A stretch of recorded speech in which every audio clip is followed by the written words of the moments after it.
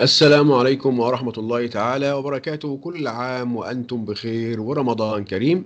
معكم مستر السيد الجمل، خبير الفلسفة والمنطق بوزارة التربية والتعليم وعضو قوافل مصر التعليمية ومستشار جريدة الأهرام المسائي في الفلسفة والمنطق. أعزائي طلبة وطالبات الصف الأول الثانوي في جميع أنحاء جمهورية مصر العربية، يلا بينا عشان نبدأ حل التقييم الرابع أو تقييم الأسبوع الرابع في الفلسفة والمنطق. وما تنسوش تدعمونا ومحتاجين جدا جدا لدعمكم. صمم رسم تخطيطي توضح من خلاله الفكر البيئي عند الغربيين. طبعا الفلاسفة الغربيين احنا درسنا اتنين يا جماعة، ألدو ليوبولد وهانز يوناس. تعالوا نشوفوا مع بعض اهو فلاسفة الغربيين، هانز يوناس والدو ليوبولد، ولكن في كتاب المدرسة بالترتيب يعني ألدو ليوبولد الأول وبعدين هانز يوناس علشان يبقى ماشيين بكتاب ترتيب كتاب المدرسة. يبقى ألدو ليوبولد عنده فكرة اسمها أخلاق الأرض. طبعا ألدو ليوبولد ده فيلسوف نرويجي بيتكلم عن حاجة اسمها أخلاق الأرض. إيه هي أخلاق الأرض دي؟ بيقول لي المفروض البحث البيئي أو البحث الإيكولوجي لابد أن يشمل جميع مكونات الأرض، مكونات الأرض، عشان كده سميناها أخلاق الأرض. تمام؟ إيه هي مكونات الأرض؟ التربة والمياه والنباتات والحيوانات. خلاص كده؟ بيقول لي إن أخلاق الأرض دي بتغير حاجتين في الإنسان يا جماعة، بتغير تفكيره ودوره. من إيه لإيه؟ التغيير بيبقى من حاجة لحاجة. طيب هتغير تفكيره ودوره من إيه لإيه؟ من إنه سيد ومتحكم على الأرض، تمام؟ إلى عضو عادي ونافع يحترم جميع زملائه والأرض هي موطنه. طبعا جميع زملائه اللي هم المواطنين الأرضيين اللي زيه زيهم زي النباتات والحيوانات والجماد برضه. يبقى الإنسان بيحترم جميع زملائه الأرضيين، تمام كده، وهو عضو أرضي عادي ونافع لجميع زملائه، والأرض هي موطنه يعني مسكنه، وطالما هو ساكن فيها يبقى لازم يحافظ عليها. تمام؟ دي ملخص أخلاق الإيه؟ أخلاق الأرض للفيلسوف ألدو ليوبولد. يلا بينا نشوف هاينز يوناس، الفيلسوف الألماني هانز يوناس عنده فكرة اسمها أخلاق المسؤولية وحقوق الأجيال القادمة أو الأجيال المقبلة. تمام؟ أول حاجة بالنسبة لأخلاق المسؤولية، إيه هي أخلاق المسؤولية؟ جاية منين؟ المسؤولية دي جاية منين؟ جاية من إن الإنسان هو أكثر الكائنات وعيًا وبالتالي أكثرهم تأثيرًا. أكتر واحد بيفهم هو الإنسان، وأكتر واحد مؤثر في الطبيعة هو الإنسان. تمام كده؟ وبالتالي ايه اللي هيحصل بقى نتيجه ده؟ انه هيتحمل المسؤوليه الاخلاقيه. زي ما تيجي اذا انت مثلا عندك طالب في الفصل او انا عندي طالب في الفصل، اكتر طالب بيفهم في الفصل واكتر طالب واعي، تمام، وبالتالي هيبقى اكتر واحد مؤثر. اقول له تعالى انت بقى، انت هتبقى امين الفصل، انت المسؤول عن الفصل. يبقى انا حملته المسؤوليه ليه؟ لانه اكتر واحد بيفهم واكتر واحد مؤثر. كذلك الانسان اكتر واحد في الطبيعه بيفهم واكتر واحد بيأثر، وبالتالي هو عليه المسؤوليه الاخلاقيه. تمام؟ هيعمل ايه بقى؟ او مسؤوليته هتبقى ايه؟ التعاون مع بقيه الكائنات عشان يحافظ على الطبيعه. هيتعاون مع بقيه الكائنات اللي موجوده حفاظا على الطبيعه. طيب ايه بقى فكره حقوق الاجيال المقبله او القادمه؟ هانز ناس بيقول احنا علينا مسؤوليه ابويه. احنا كاباء، اولادنا واحفادنا اللي جايين احنا مسؤولين عن ايه؟ بالحفاظ على حقوق الاجيال القادمه. ازاي؟ من خلال الحفاظ على الموارد الماديه والطبيعيه وعدم استنزافها. يعني ايه عدم استنزافها؟ يعني ما نخلصهاش، ما يجوش يلاقوها خلصانه. الاجيال اللي جايه لازم يجوا يلاقوا موارد موجوده، يلاقوا ميه، يلاقوا بترول، يلاقوا هواء نظيف، يلاقوا موارد طبيعيه يستخدموها ويعيشوا عليها. تمام كده؟ يلاقوا ارض نظيفه مش ملوثه. حقهم علينا ان احنا نحافظ على ده كآباء لهم. يبقى دي مسؤولية أبوية، حفاظا على حقوق الأجيال القادمة، ان هم يجوا يلاقوا موارد طبيعية ومادية موجودة. خلاص كده؟ ما نستنزفهاش او ما نخلصهاش، خاصة الموارد اللي هي مش بتتكرر او بتتجدد زي البترول مثلا. تمام كده؟ يبقى دي او دول اسمهم الفلاسفة الغربيين. طيب تعالوا شوف السؤال اللي بعده. صمم جدول تميز فيه بين التوجهات الثلاثة الأخلاقيات البيئة. أنا عندي ثلاث توجهات لأخلاق البيئة. عندي التوجه الأول توجه نفعي واقعي عملي، ونفعي واقعي عملي ده بقى توجه بتاع مصلحته، توجه برجماتي نفعي. تمام؟ يدافع عن بقاء كل ما هو نافع ومفيد للبشر. أي حاجة بتنفعني أنا حافظ عليها، يبقى حافظ بس على اللي بينفعني. تمام؟ ماليش دعوة بالباقي بقى. يبقى ده بتاع مصلحته، التوجه ده بتاع مصلحته. تمام؟ مثال حمايه الاعشاب عشان انا بستفيد منها طبيا، يبقى ده انا بتاع مصلحتي. تمام كده؟ طيب التوجه الثاني بيقول لي ايه؟ عكسه بقى، توجه مثالي او خضري، عكس التوجه النفعي ده. بيقول لي لا، ده انا المفروض احافظ على البيئه يعني كغايه. مش كوسيله ان انا استنفع منها، لا، كغايه في حد ذاتها، كقيمه جوهريه في حد ذاتها. تمام؟ يبقى الحفاظ على النظام البيئي كقيمه جوهريه وغايه بحد ذاته وليس وسيله، وبالتالي يجب حمايه البيئه وعدم الاضرار بها.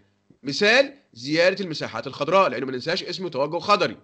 فاهم كده؟ طيب التوجه الثالث بقى اخذ موقف وسطي بين الاثنين، يعني استنفع من البيئه واحافظ عليها، يعني اوازن بين المنفعه بتاعتي والحفاظ على البيئه واحترامها.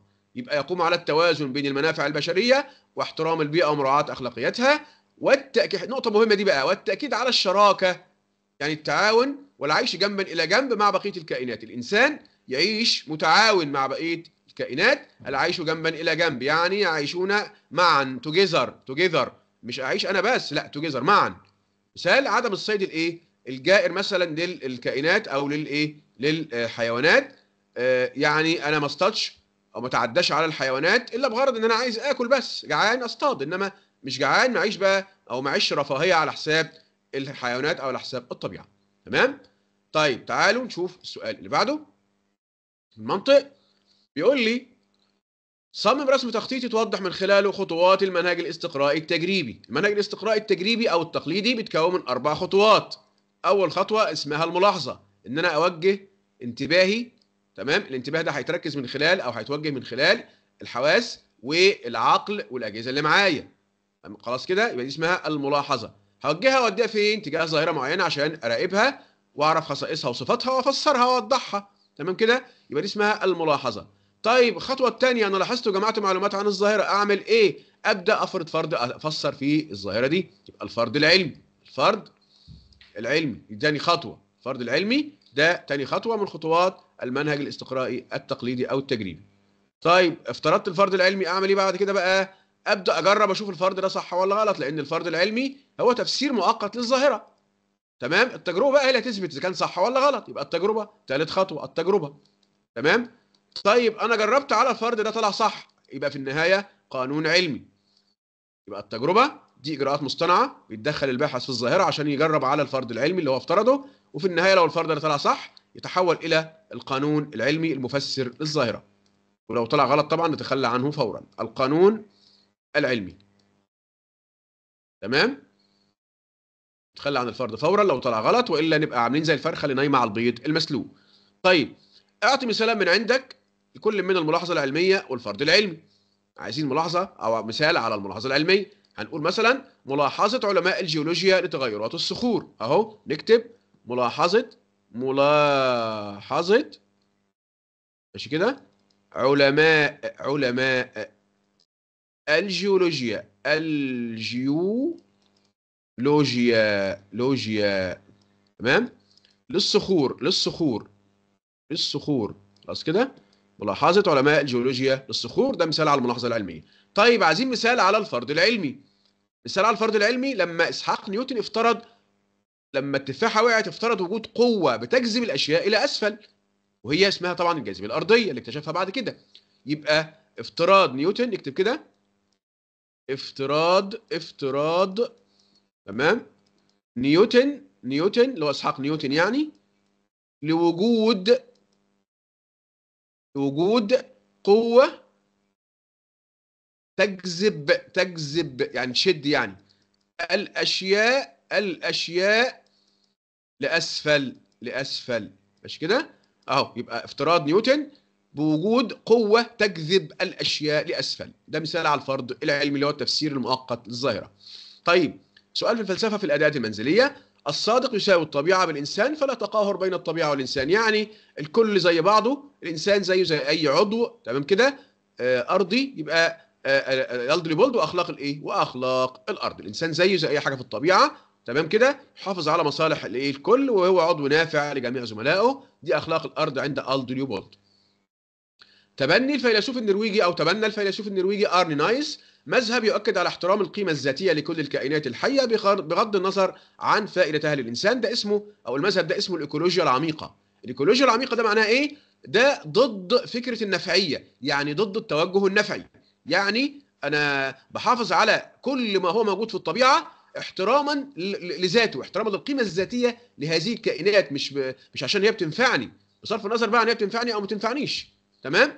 يبقى احترم كل الاشياء الموجوده في الطبيعه. ده مذهب الايكولوجيا العميقه لارني نايس. خلاص كده. طيب يقول لي استخلص ما سبق احد توجهات الفلسفه الاخلاقيات البيئيه. طب ده التوجه المضاد للنفعيه اسمه ايه؟ التوجه البيئي الخضر المثالي. يبقى توجه بيئي خضري مثالي. ماشي كده اهو يا جماعه، اهو التوجه معانا اهو. التوجه الثاني اللي هو البيئي الخضري المثالي بيدافع عن كل حاجه. ما بقول لي عقب عليه في سطر. يدافع عن النظام البيئي كقيمه جوهريه في حد ذاته مش وسيله. مثال زياده المساحات الايه؟ الخضراء. ماشي يا جماعه، ده التوجه الايه؟ التوجه الخضري المثالي. السؤال اللي بعده سؤال في المنطق. مراقبة الظواهر تعني التركيز الانتباه عليها لغرض البحث عن أوجه الشبه والخلاف أو الاختلاف. مراقبة يعني ملاحظة. تمام.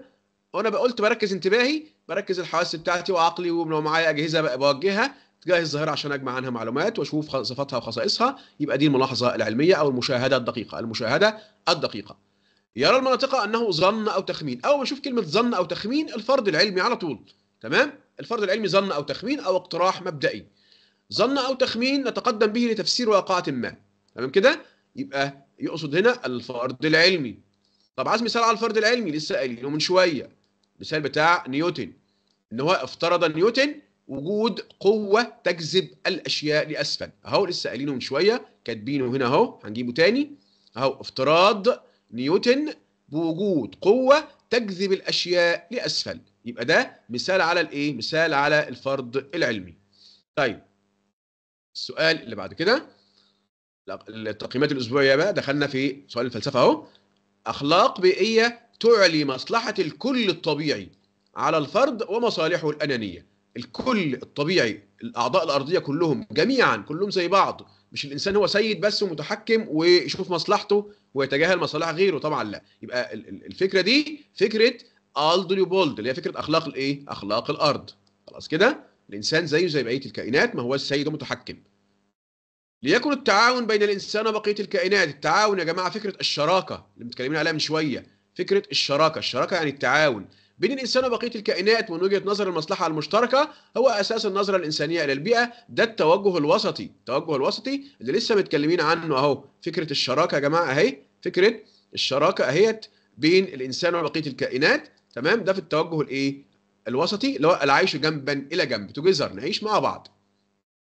ينبغي على العالم أن يلاحظ الظاهرة في مختلف أحوالها، في كل أحوالها وجوانبها، ما يتجاهلش أي جانب، لأن الجانب اللي هيتجاهله ممكن يكون هو اللي بيفسر الظاهرة، ودي بنسميها الشمولية. الشمولية وده شرط من شروط الملاحظة العلمية. تمام كده؟ إن أنا ألاحظ الظاهرة من كل جوانبها، ما أغفلش أي جانب. يرى هانز يوناس أن مسؤوليتنا تجاه المستقبل حول أجيال المستقبلية بقى إيه؟ أصبحت قدرا مفروضا علينا ينبغي أن نتحمله. طبعا دي مسؤولية الإيه؟ المسؤولية الأبوية اللي احنا اتكلمنا عنها أهي. نرجع لها تاني أهو. هانز يوناس بيقول لي إن احنا علينا مسؤولية أبوية بالحفاظ على حقوق الأجيال القادمة من خلال الحفاظ على الموارد المادية والطبيعية وعدم استنزافها. لو عايزين نكمل بقى، لأنه من حق الأجيال القادمة أن يأتوا إلى طبيعة نظيفة يستمتعون بها. لأن من حق الأجيال القادمة أن يعيشوا في طبيعة نظيفة يستمتعون بها. خلاص كده؟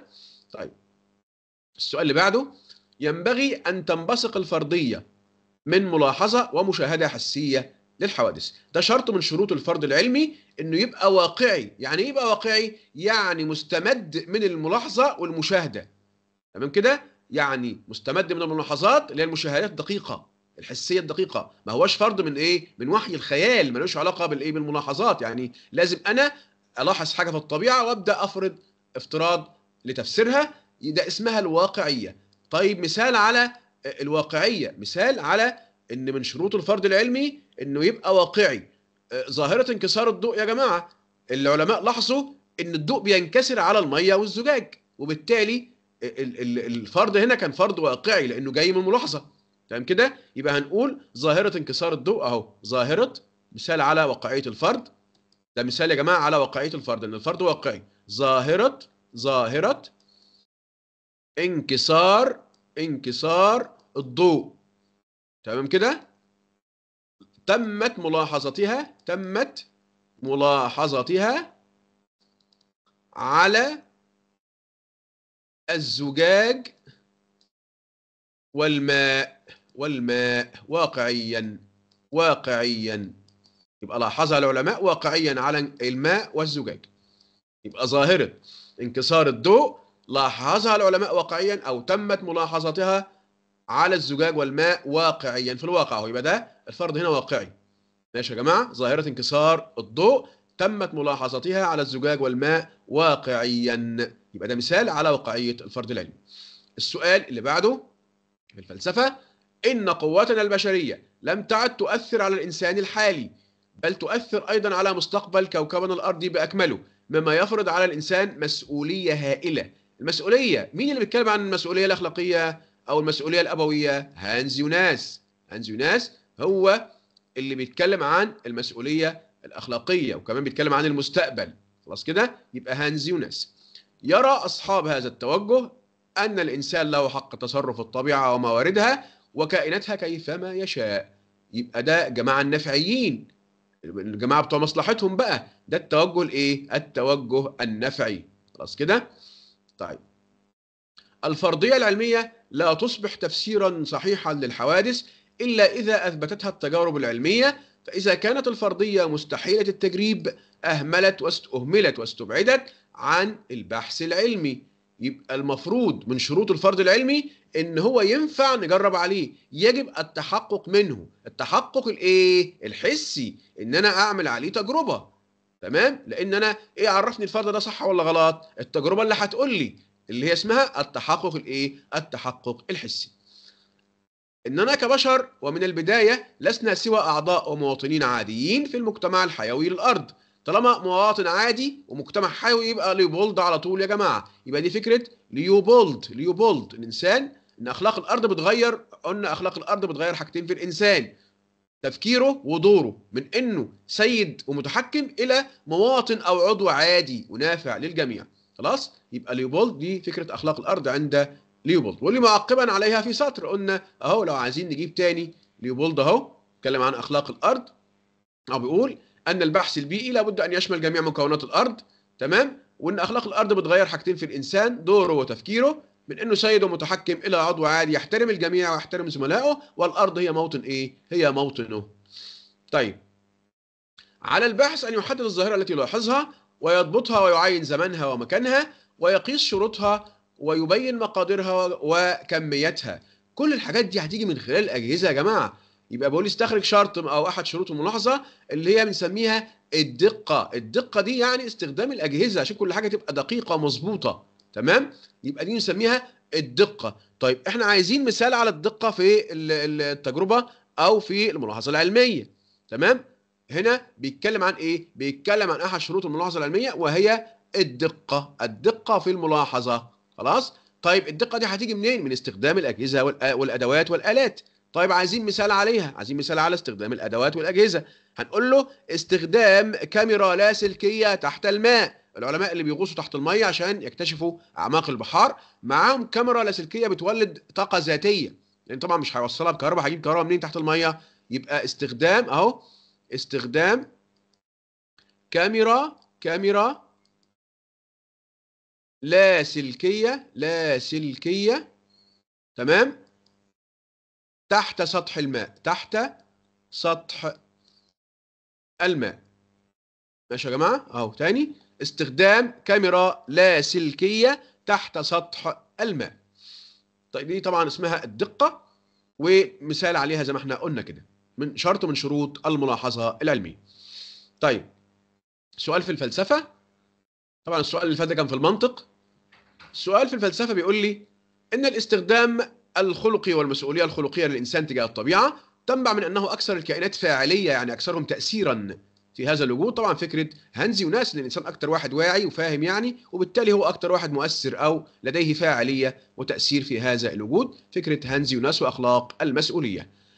السؤال الثاني: على الإنسان احترام الطبيعة التي لها غايتها وهي الأم الحاضنة لكل الكائنات البشرية أو غير البشرية. إنها أخلاق تحترم الأرض نفسها. أخلاق الأرض يا جماعة، أخلاق الأرض طبعا هنا بيتكلم عن إيه؟ يعني تحترم الأرض نفسها، يعني إحنا بنحترم كل حاجة، وده يعني غاية، ما هياش وسيلة، ما هياش وسيلة. يبقى ده التوجه اللي ضد الايه؟ ضد النفعية، اللي هو التوجه الخضري المثالي. التوجه الخضري المثالي اهو، التوجه الخضري المثالي لو احنا جبناه اهو، توجهات البيئة اهو، اللي هو بيحترم كل حاجة كقيمة جوهرية وغاية، ما هياش وسيلة.